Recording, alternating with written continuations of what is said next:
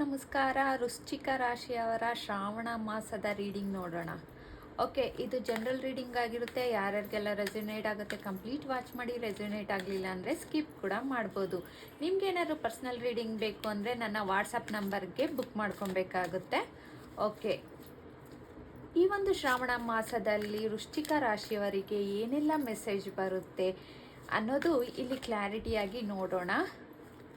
Okay, ಇವತ್ತಿನ ಎನರ್ಜಿನ ನೀವು receive ಮಾಡೋಕ್ಕೆ I receive thank you universe ಅಂತ ಕಮೆಂಟ್ ಮುಖಾಂತರ ತಿಳಿಸಿ.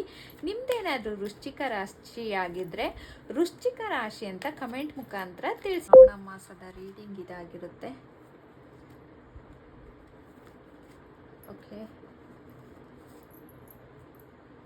ಓಕೆ 2 ಕಾರ್ಡ್ ಬಂದ್ಬಿಡ್ತು, ಪರವಾಗಿಲ್ಲ, ಇಟ್ಸ್ ಓಕೆ.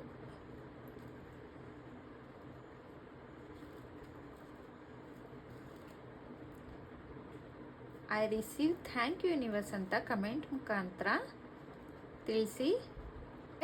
ಇಲ್ಲಿ 2 ಆಫ್ ಸ್ವಾರ್ಡ್ಸ್ ಬಂದಿರೋದ್ರಿಂದ ಶ್ರಾವಣ ಮಾಸದ ಆರಂಭದಲ್ಲಿ ಯಾವುದೋ ಒಂದು ವಿಷಯದ ಬಗ್ಗೆ ನೀವು ನಿರ್ಧಾರ ತೆಗೆದುಕೊಳ್ಳಲು ಒಂದು ಸ್ವಲ್ಪ ಗೊಂದಲದಲ್ಲಿದ್ದೀರಾ ಅನ್ನೋದು ಇಲ್ಲಿ ಕ್ಲಾರಿಟಿ ಕಾಣ್ತಾ ಇದೆ.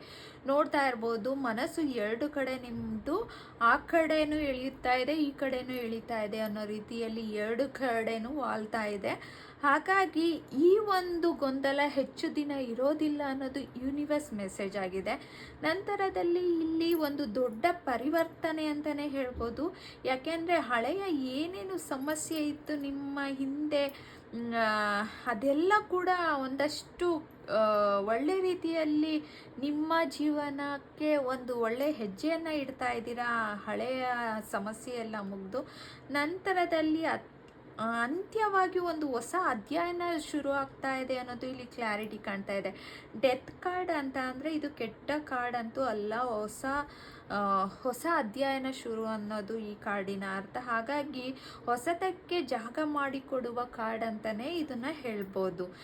ಈಗಾಗಲೇ ತುಂಬ ನೋವನ್ನು ಪಟ್ಟಿದ್ದೀರಾ, ಆದರೆ ಈಗ ಏನಾಗ್ತಾ ಇದೆ ಅಂದರೆ ನೀವು ಯಾರನ್ನ ನಂಬೋಕ್ಕೂ ಕೂಡ ಹಿಂದೆ ಮುಂದೆ ಮಾಡ್ತಾ ಇದ್ದೀರಾ. ಅಂದರೆ ಯಾರನ್ನೂ ಕೂಡ ಒಂದು ಅರ್ಥ ಮಾಡ್ಕೊಳ್ತಾ ಇಲ್ಲ ನೀವು.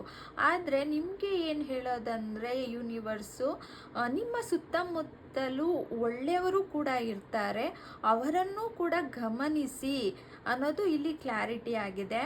ಹಾಗಾಗಿ ನಿಮ್ಮ ಜೀವನಕ್ಕೆ ನೀವು ಒಂದು ಒಳ್ಳೆ ಮಹತ್ವವನ್ನು ಕೊಟ್ಕೊಳ್ಬೇಕಾಗಿದೆ. ನಿಮ್ಮ ನಿರ್ಧಾರ, ನಿಮ್ಮ ಸ್ಥಾನಕ್ಕಾಗಿ ನೀವು ದೃಢವಾಗಿ ನಿಲ್ಲಬೇಕಾಗಿ ಯೂನಿವರ್ಸ್ ಮೆಸೇಜ್ ಆಗಿದೆ. ಕೆಲವರಿಗೆ ಒಂದಷ್ಟು ಜನ ನಿಮಗೆ ವಿರೋಧಿಗಳಾಗಿರ್ಬೋದು, ನಿಮ್ಮ ಜೀವನದಲ್ಲಿ ಒಂದಷ್ಟು ಒತ್ತಡಗಳು ಜಾಸ್ತಿ ಆಗ್ಬೋದು. ನಂತರ ಅದೆಲ್ಲ ಕೂಡ ಇವಾಗ ಸರಿಯಾಗೋ ಅಂಥ ಒಂದು ಎನರ್ಜಿ ಕಾಣ್ತಾ ಇದೆ ಅನ್ನೋದು ಇಲ್ಲಿ ಕ್ಲಾರಿಟಿ ಕಾಣ್ತಾ ಇದೆ. ಆದರೆ ತಿಂಗಳ ಕೊನೆಯಲ್ಲಿ ಒಂದು ಮುಖ್ಯ ನಿರ್ಧಾರ ಮತ್ತು ಒಂದು ಸತ್ಯ ಬಹಿರಂಗ ಆಗೋ ಸಾಧ್ಯತೆ ಇಲ್ಲಿ ಕಾಣ್ತಾ ಇದೆ. ನಿಮ್ಮ ಹಿಂದಿನ ವಿಷಯ ಆಗಿರ್ಬೋದು, ಯಾವುದೋ ಒಂದು ನಿಮ್ಮಲ್ಲಿ ಒಂದು ಉತ್ತರ ಸಿಗ್ತಾ ಇರಲ್ಲ, ಆ ಒಂದು ವಿಷಯದ ಬಗ್ಗೆ ನೀವು ಒಂದು ಕ್ಲಾರಿಟಿಯಾಗಿ ನಿಮ್ಮ ಜೀವನಕ್ಕೆ ತಿಳಿಯುತ್ತೆ ಅನ್ನೋದು ಇಲ್ಲಿ ಕ್ಲಾರಿಟಿ ಬರ್ತಿದೆ. ಒಟ್ಟಾರೆ ಹೇಳಬೇಕು ಅಂದರೆ ಈ ಶ್ರಾವಣ ಮಾಸ ಗೊಂದಲ ಆಗಿರ್ಬೋದು, ಅಂತ್ಯ, ಬದಲಾವಣೆ, ಹೋರಾಟ, ಅಂತಿಮ ನಿರ್ಧಾರ ಎಲ್ಲನೂ ಕೂಡ ಇದೆ. ನಿಮ್ಮ ಜೀವನದಲ್ಲಿ ಒಳ್ಳೆ ಉತ್ತಮವಾದ ಫಲಿತಾಂಶನೂ ಕೂಡ ಸಿಗ್ತಾ ಇದೆ. ಯೂನಿವರ್ಸ್ ನಿಮ್ಮನ್ನು ಹೊಸ ಹಂತಕ್ಕೆ ಕರೆದೊಯ್ತಾ ಇದೆ ಅನ್ನೋದು ಇವತ್ತಿನ ರೀಡಿಂಗ್ ಆಗಿದೆ. ಈ ಒಂದು ರೀಡಿಂಗ್ ಇಷ್ಟ ಆಗಿದ್ರೆ ಲೈಕ್ ಮಾಡಿ, ಶೇರ್ ಮಾಡಿ. Thank you.